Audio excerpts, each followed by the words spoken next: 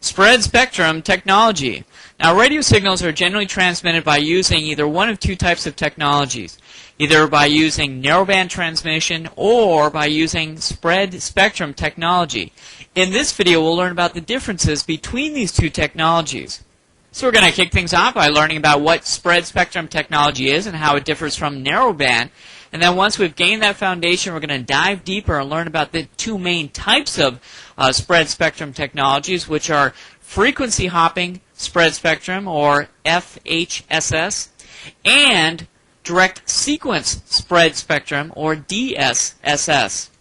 And then we'll finish off by comparing and contrasting these two types of spread spectrum technologies, frequency hopping and direct sequence. So first off, in order to better understand what spread spectrum is, we need to know what it isn't. So let's bring up a whiteboard and learn about what spread spectrum is and isn't.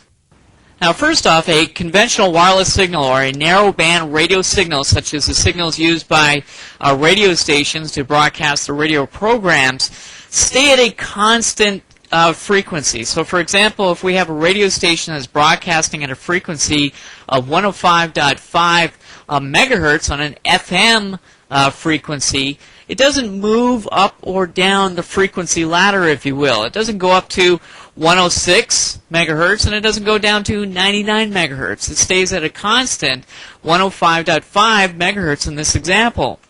Now, this type of narrowband radio signal is kept at a constant so that the bandwidth can be kept within certain limits at all times and so that the signal can be easily located as well. So, for example, it's not difficult to be able to find the radio station that you want to be able to find because it's always being broadcast at a constant 105.5 megahertz in this example. Now, there's some problems associated with using a narrowband radio signal for transmitting data wirelessly. Number one, because this narrowband signal is always at a constant frequency, it's very easy to intercept this information that's set at that constant frequency, and it's also very easy to interfere with, and it's also very easy to jam that radio signal as well. Jamming is the intentional overpowering of the transmission by using unwanted signals transmitted on the same bandwidth. Also, when using a narrowband radio signal to transmit data wirelessly, it requires more power to send this type of transmission by using a smaller frequency range or by using this constant frequency range. So, narrowband radio signal requires lots of power. Now, in contrast, when wireless devices use spread spectrum technology to transmit data wirelessly, they do not transmit data at a fixed frequency. Instead, they transmit data at a varied frequency. And as a result, it uses a much greater bandwidth. It also referred to as broad bandwidth. And it uses much less power, even though a greater bandwidth is used to transmit this data wirelessly. So essentially, spread spectrum technology is a method or a technique that allows the transmitter to take a narrowband signal and then spread it over a very broad portion of the radio frequency band. And it does this by taking the data that it wants to spread, and it spreads it in a predefined method using mathematical formulas. But the receiver must understand these mathematical formulas and these predefined methods for transmitting the data in order to receive and despread or demodulate the signals that it's receiving. And as a result of sending this method over a greater bandwidth at a specific precise intervals, it's much, much harder to intercept and much harder to jam these type of signals. In order to intercept a spread spectrum signal, remember that this is a narrowband frequency that is spread out over a larger frequency range. So in order to intercept the spread spectrum signal, what would happen is that the receiver must tune into the frequency range. So instead of a specific constant frequency, we have to find the range of frequencies that it's transmitted at. The receiver would also have to know the starting point at which the signal started transmitting, and it also have to know the interval that the signal is transmitted across these frequency range and this range here. And we'll learn more about these details as we go forward here in this video here. But as a result, spread spectrum technology, because it employs this method of spreading out the radio signal over a frequency range at different intervals, it makes it very, very, very hard to detect, jam, and interfere with, and as a result it's much more secure. And the U.S. military has been using spread spectrum technology since the 1950s to transmit data securely and wirelessly on a battlefield area. And spread spectrum devices use considerably less power than narrowband devices. And let me bring up another whiteboard to discuss the power usage a little more here. So here we have a chart with power versus frequency and narrowband versus spread spectrum. And within the atmosphere we have atmospheric noise, which can mimic radio signals, and also electronic devices that we have within our day-to-day lives, in our homes, in our work environment and such, can also create atmospheric noise. Now, in order to transmit data, or to transmit music over a very specific frequency at a very narrow band, it requires a lot of power to rise above this atmospheric noise, which is referred to as the noise floor. So as a result, when we're using a narrow band to transmit data wirelessly, it requires a lot of power. In contrast, when wireless devices are using spread spectrum technology, it's literally spreading out the data that is sending out over a spread spectrum signal over a much larger frequency range. So here we've got this signal that's literally being spread out over a larger frequency range, and as a result of this spreading out over a larger area, it doesn't need as much power. It doesn't need to stand above that noise floor level, and we consume much less power. So for example, let's say that if we want to transmit some data at 1 megahertz using narrowband, that will require 10 watts. In contrast, we can transmit data at 20 megahertz using only 100 milliwatts of power when we're using spread spectrum technology devices. So again, in summary, spread spectrum technology is a wireless communication technique which uses a wide or greater bandwidth and low peak power. In contrast to narrowband transmissions, they use a very narrow band to transmit data at a very specific frequency with high power. So now you might be saying to yourself, well, that's all well and good, but what are some of the practical usages of this spread spectrum technology? Well, I'm glad you asked that question. Let's bring up another whiteboard and answer that question.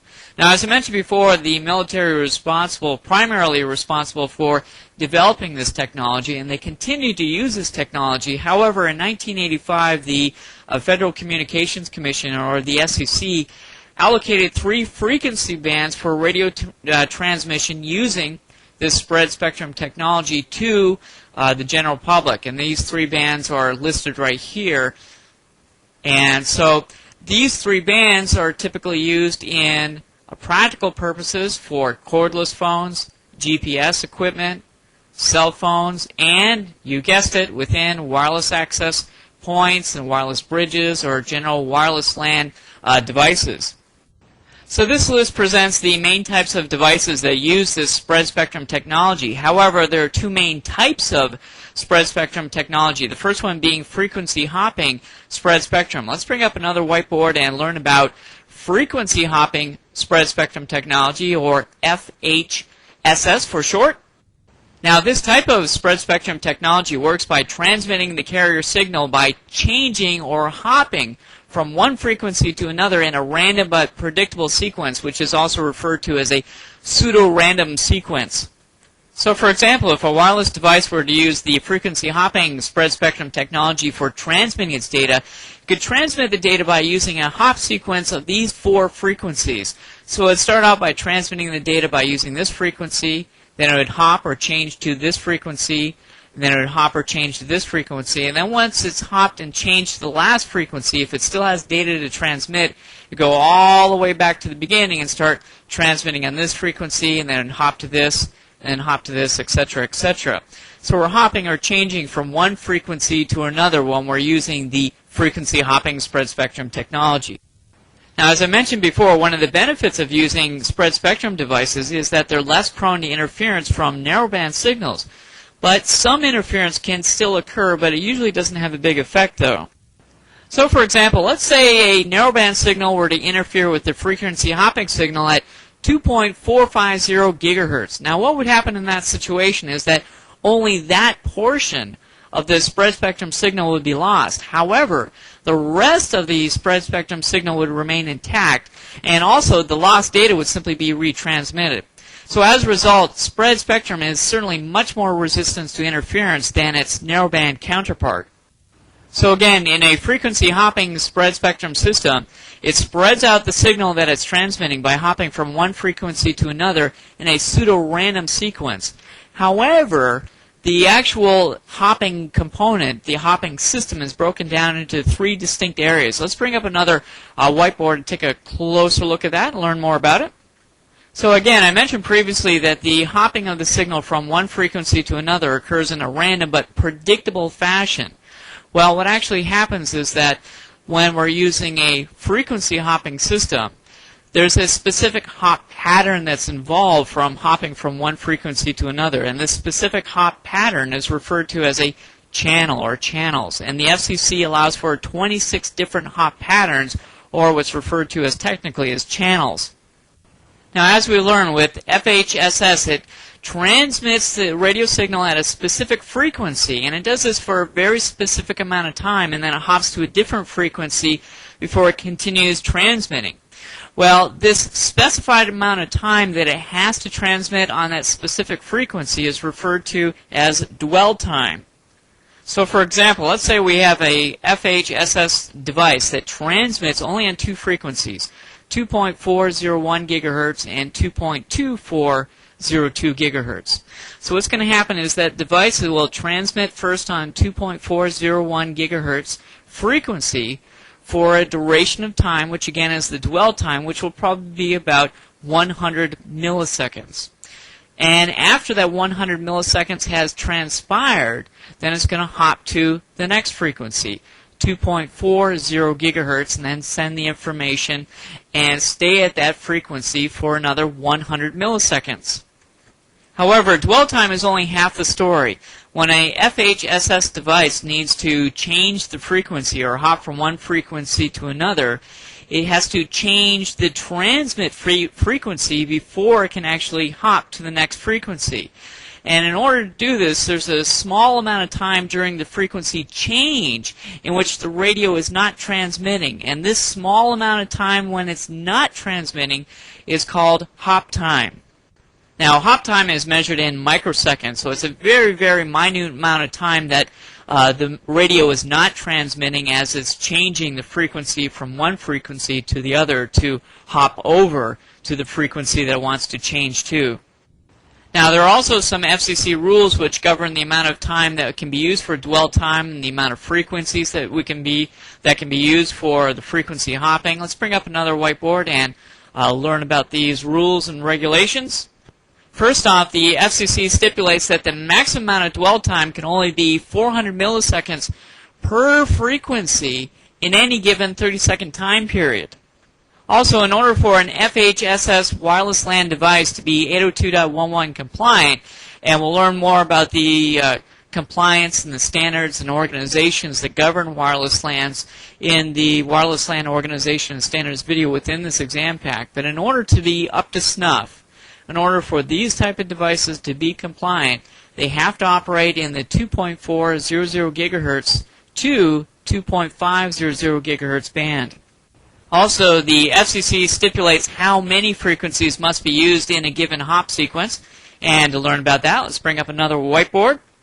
Now, there are two rules that the FCC uses to govern the amount of hop frequency that must be used. The first rule was for equipment that's made prior to 8/31/2000, and then the next rule is made for equipment after 8/31/2000. So the first rule stipulates, or stipulated by the FCC, mandates that the FHSS devices use at least 75 out of the total possible 79 frequencies in any given hop frequency sequence, and that the total amount of output power can be no more than 1 watt.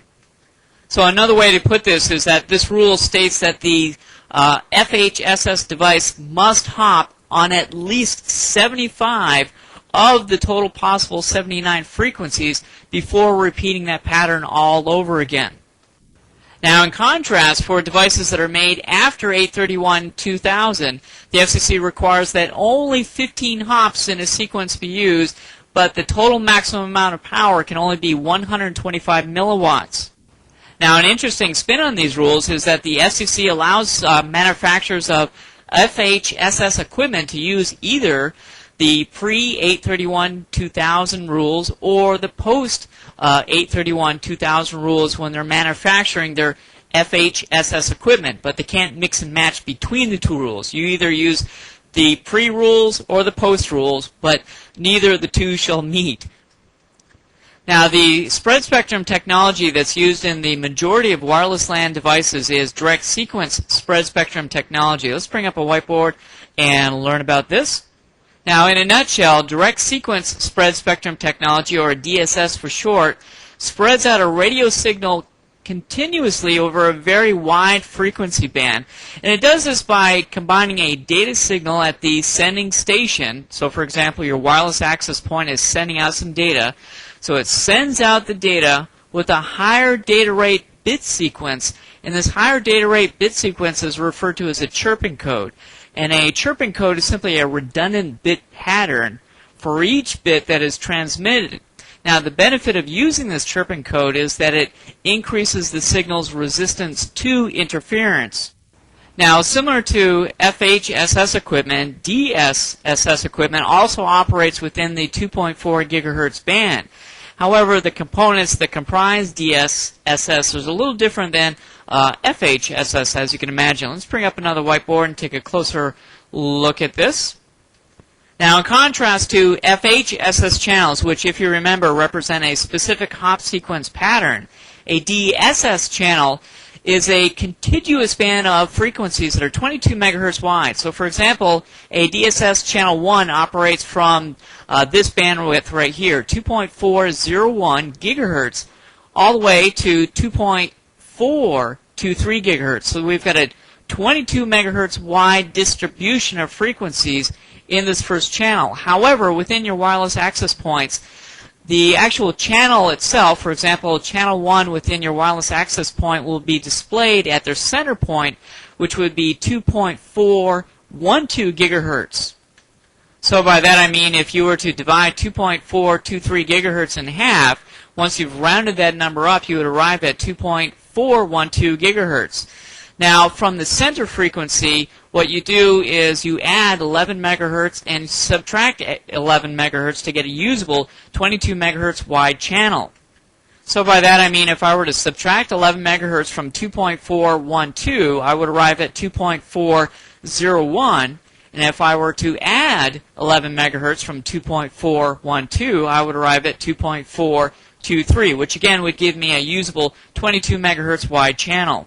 And the FCC allows for 11 distinct DSS channel frequency assignments, and let's take a look at those on one of the wireless access points that I have here. And we're going to look at that through a web browser management interface. So I'm going to click on Start, go to Internet Explorer, connect to a wireless access point that I have, which is right here at this IP address. Let me log on to it. And for this particular wireless access point, I'm going to get to the information for our frequencies by clicking on Configure. Then we go to Interfaces. Then we click on Wireless. And this particular wireless access point will automatically choose an appropriate channel.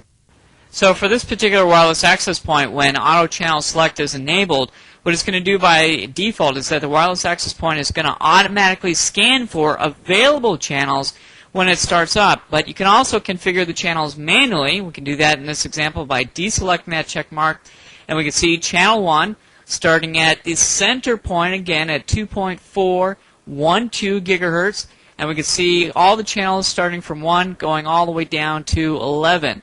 Now this brings up an issue though, and that is because the center frequencies are only 5 megahertz apart and the channels are 22 megahertz wide, you don't want to have a lot of wireless access point in the same vicinity.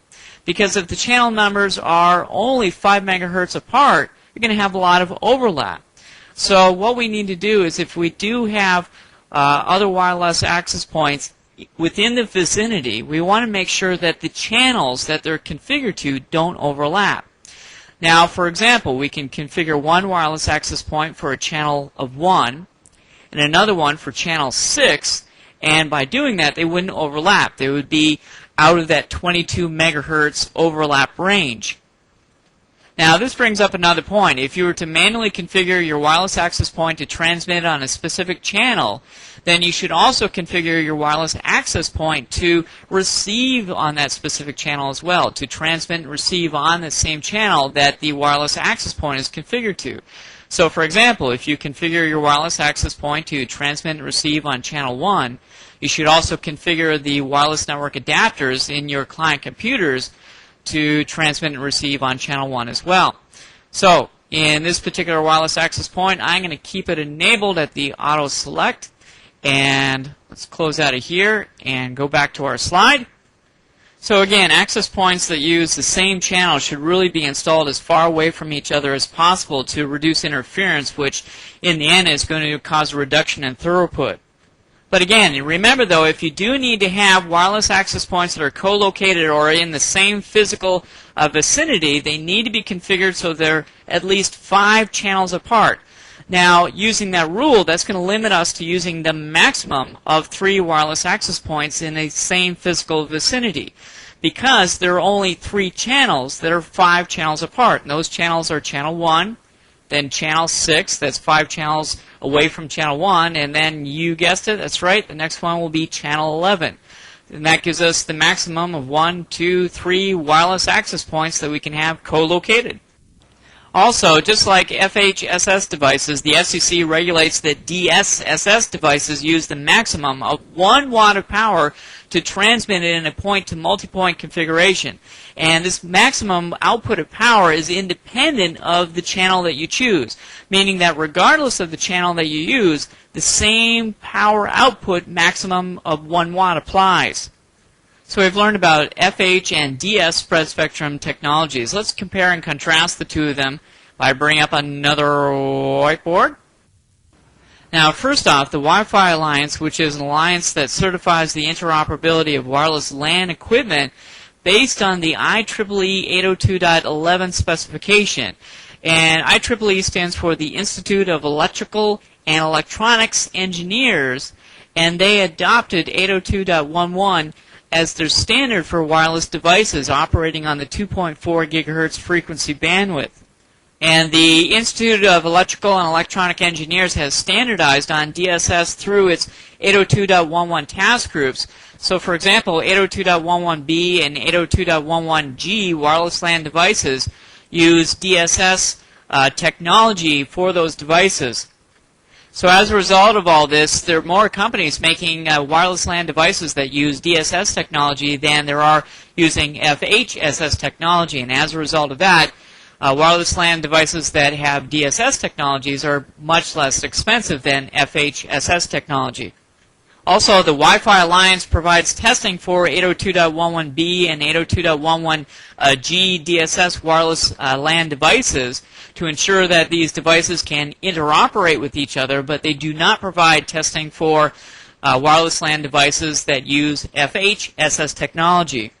Also, there's only one vendor that actually makes 802.11 chips that use FHSS technology for wireless network adapters and wireless access points, and absolutely no new research is being done using FHSS technology for wireless LAN devices. So all this adds up to the fact that FHSS equipment, or rather wireless LAN equipment that uses FHSS technology, is going to be much more expensive than wireless LAN equipment that uses DSSS technology. Now, the only real advantage for using wireless LAN devices that use FHSS technology is that they operate over 79 different channels, meaning they can operate over 79 different frequencies with a 1 megahertz separation between those frequencies. In contrast to wireless LAN devices that use DSS technology, as we just learned, can operate over 11 different channels with a 22 megahertz separation between each of those 11 channels. And this simply means that we can have more wireless LAN devices in the same vicinity that use the FHSS technology than wireless LAN devices that use DSS technology, because as we learned, because of the overlapping frequency with DSS technology, we're limited to the maximum of 3 wireless access points to be in the same vicinity with that technology.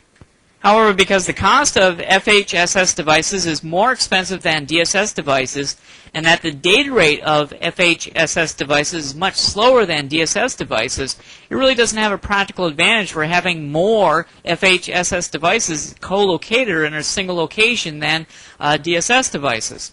For example, the maximum data rate of FHSS devices that comply to the 802.11 standard is 2 megabits per second.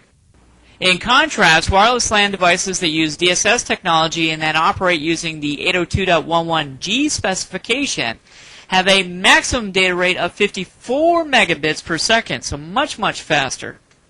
Now, one thing to bear in mind is that wireless LAN devices that use either FHSS or DSS technology have an actual throughput, meaning the data that's actually sent, of only about the half of the data rate. So, for example, 802.11g equipment really only has a realistic maximum throughput of 20 megabits per second. And with that, that brings us to the end of this video. Let's do a quick recap of what we've learned. So we start off by learning that devices that use spread spectrum technology for transmitting data transmit the data by using a very wide frequency band but with low power output when compared to transmitting data by using the narrowband technologies. And we learned that there are 2 main types of spread spectrum technology: frequency hopping spread spectrum technology and direct sequence spread spectrum technology. And we learned that wireless LAN devices that use FHSS technology transmit data by hopping from one frequency to another in a random but predictable sequence. Now, in contrast, wireless LAN devices that use DSS technology combine the data that it wants to send with a higher data rate bit sequence, which is known as a chirping code. And this chirping code helps the signal resist interference, but it also enables the original data to be recovered if the data bits are damaged during transmission. And we just finished off by learning that when we compare wireless LAN devices that use DSS technology and FHSS technology, DSS is really the true winner. The products are cheaper, they're faster. The only slight advantage that wireless LAN products that use FHSS devices have is that you can have more of those devices in a single location due to the fact that they can operate over more frequencies than wireless LAN devices using DSS technology. And with that, that brings us to the end. I hope that this video has been informative for you, and I'd like to thank you for viewing.